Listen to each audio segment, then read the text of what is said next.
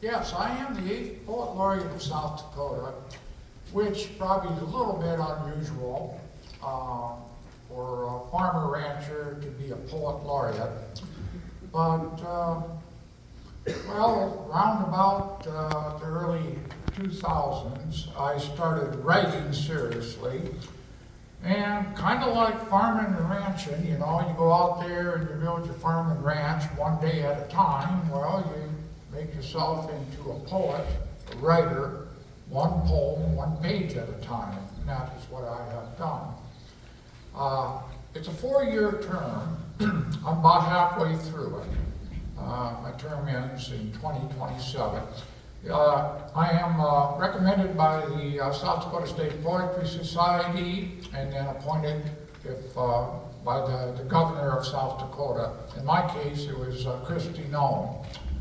So that's how basically the process is. And why I started writing? Because I wanted to tell stories. I wanted to tell stories about our place, our time. I feel very attached to the land. I went away, got my education, and I came back because this is the place I felt most comfortable in. And yes, I am fourth generation. My great-grandfather is one of the first settlers in my area. I live south of Seneca. And a lot of my writing is about my community, day-to-day life. I'm a rancher mostly. And one main reason I probably came back was I like cattle, you know. And if it wasn't for cattle, I probably wouldn't have stayed here. But anyway, why do I write poems? Because they tell stories. And today I'm going to tell you a story. It's mainly about my father. First of all, I did not go into the military. I am of the Vietnam War era. I was 4F, on my hearing. They didn't want me. So, but in college, I will tell you this, I was a teacher assistant in college. When the Vietnam War vets were starting to come back into college, let me tell you, they were the best students. They were really good. I really liked them. I knew quite a few Vietnam vets back in college. And my son, Adam, of course, he was in the National Guard, and he served a term in Afghanistan. I'm very proud of him. 80 years ago, the war ended in World War II. 80 years. So if you're 20 years old then, you'd be 100 now. Not many, very, I don't know, very few World War II vets left. And that was a terrible war. A war that had to be fought, but it was a terrible war. My father went in right after Pearl Harbor. He volunteered. He knew he was going to be drafted, but he volunteered.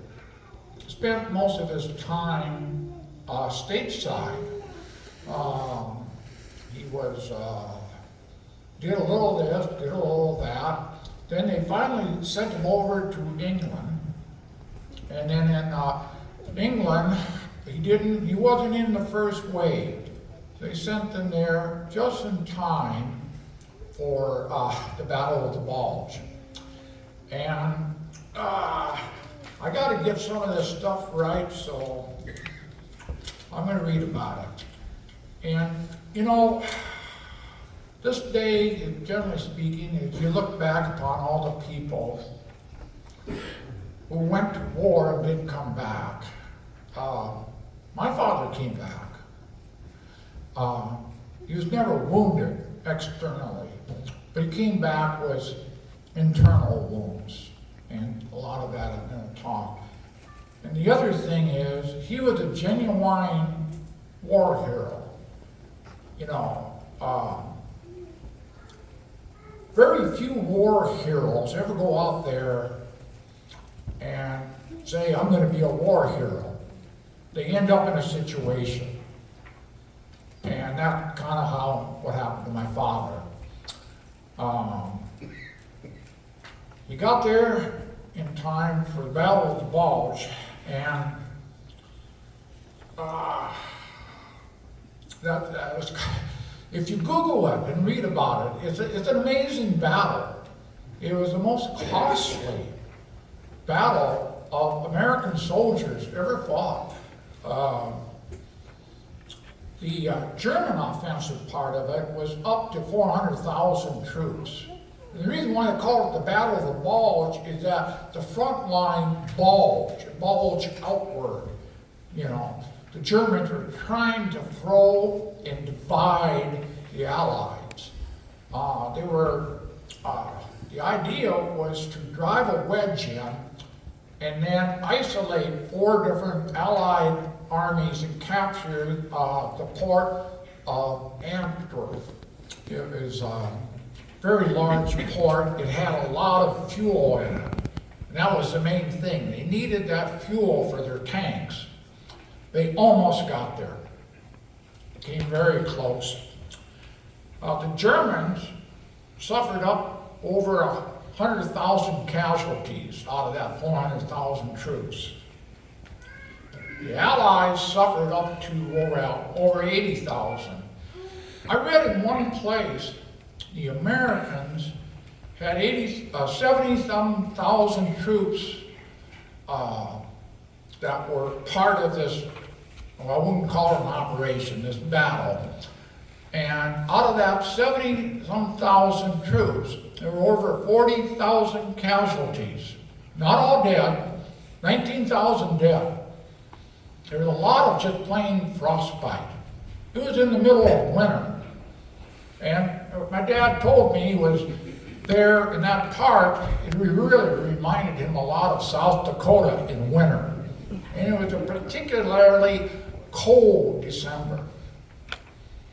And I don't know, to me it boggles my mind.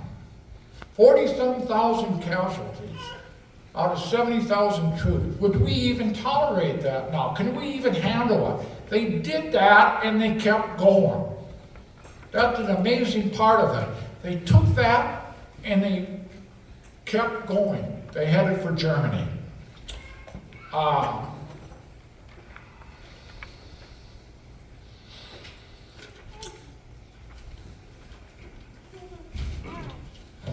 this is where part of the story gets interesting. I don't have many stories from my father. He didn't talk a lot about it. Most of it I had to glean from the internet, actually. That was one thing. When he came back, he wanted to forget about the war. To my knowledge, I don't think he ever went to a Memorial Day service. He felt very alienated. Few people seen the combat he has seen. He told me that. You know, he talked to other people and he said, I don't have anything in common with them. And the few people that had been in the heavy combat he had been in, they talked to each other, but off to the side. I remember that. He was part of a 3-man mortar crew, which is why he was not wounded. He said he kept back about 50 yards from the enemy lines.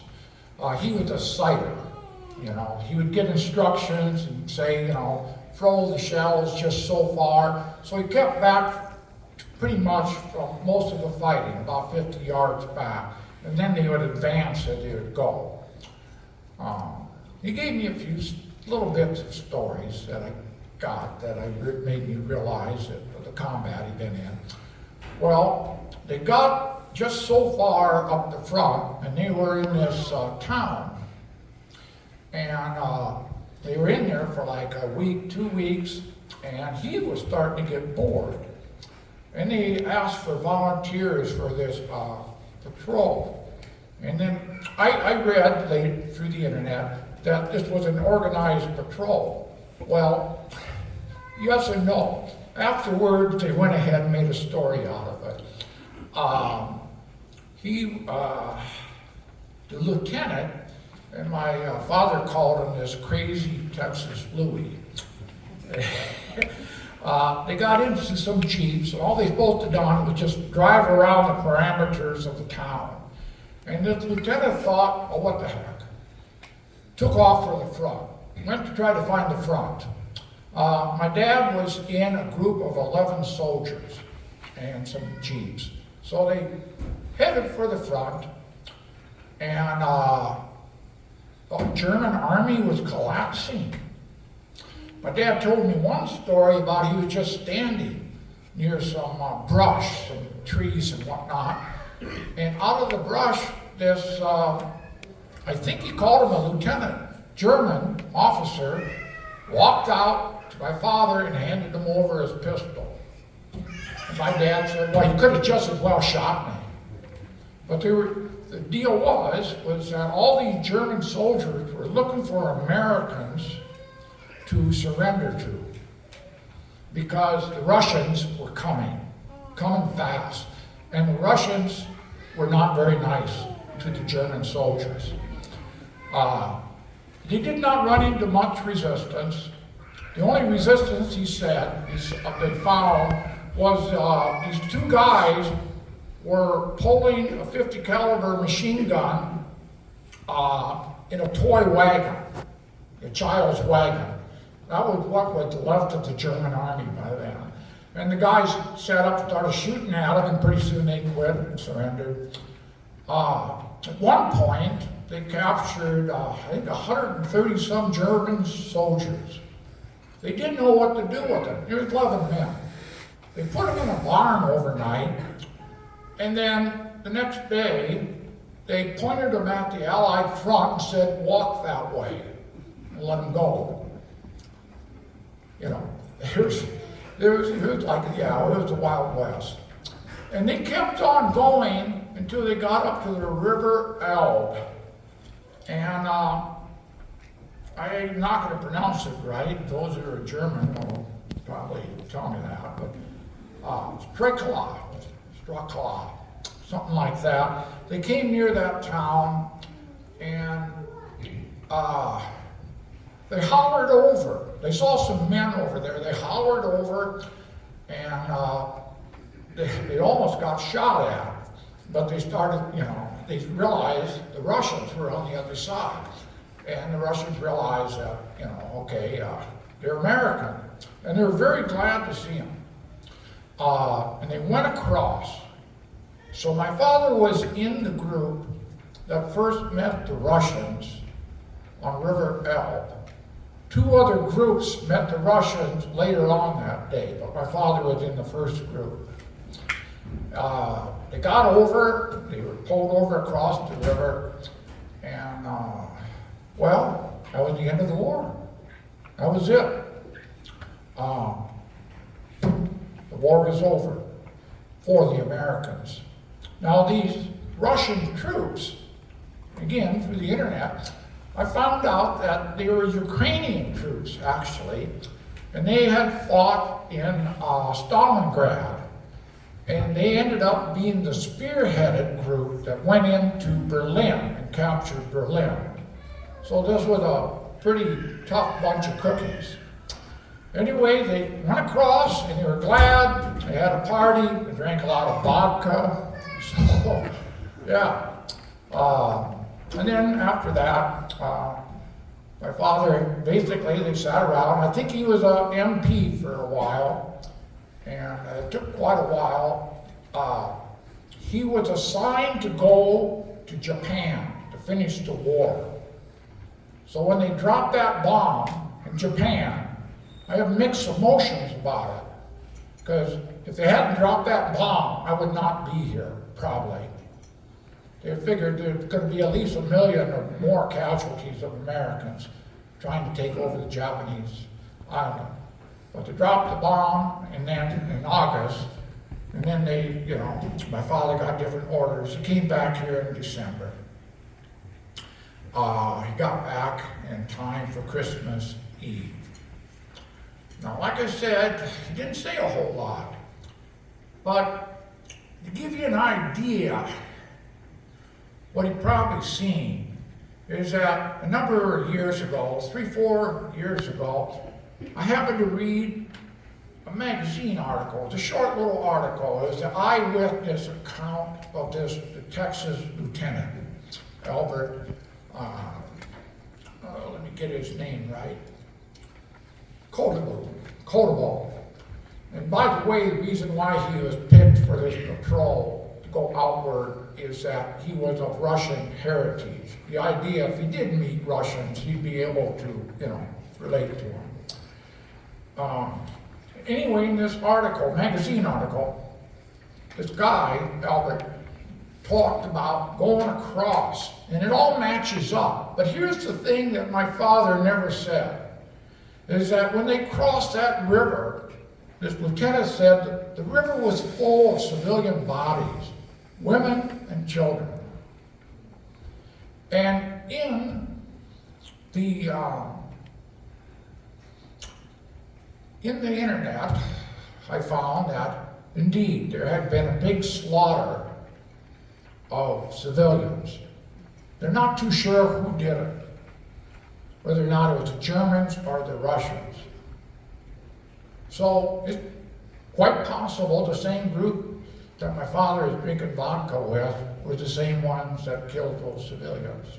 Like I said, war is terrible. You didn't talk a whole lot about it.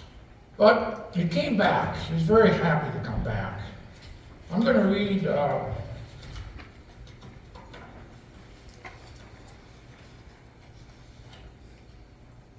this was a letter from my father that he wrote back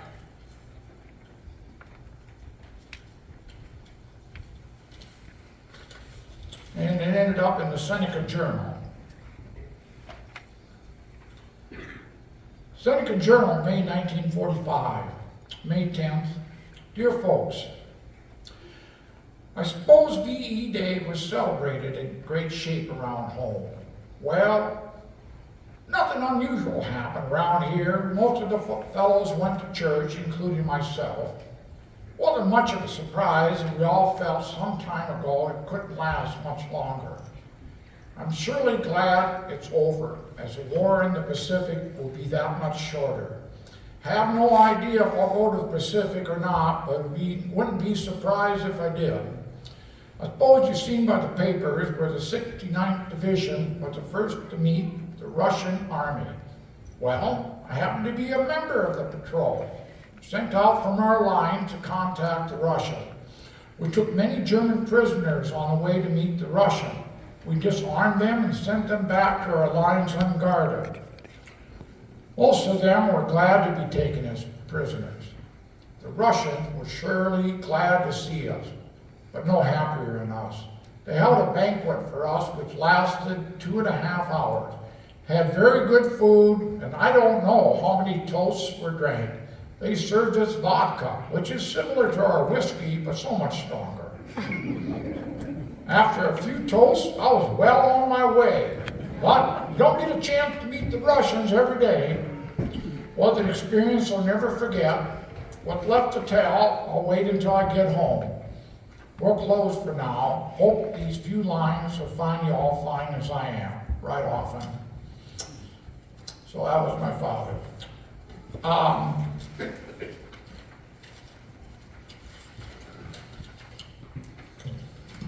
Well, here's the deal. What this story is about is post-traumatic stress. When he came back, he really didn't have anybody to talk to. Very few other people had seen the combat he'd seen. And he went back to farming, and he had 3 kids. I'm one of them. But I started remembering when I was probably 10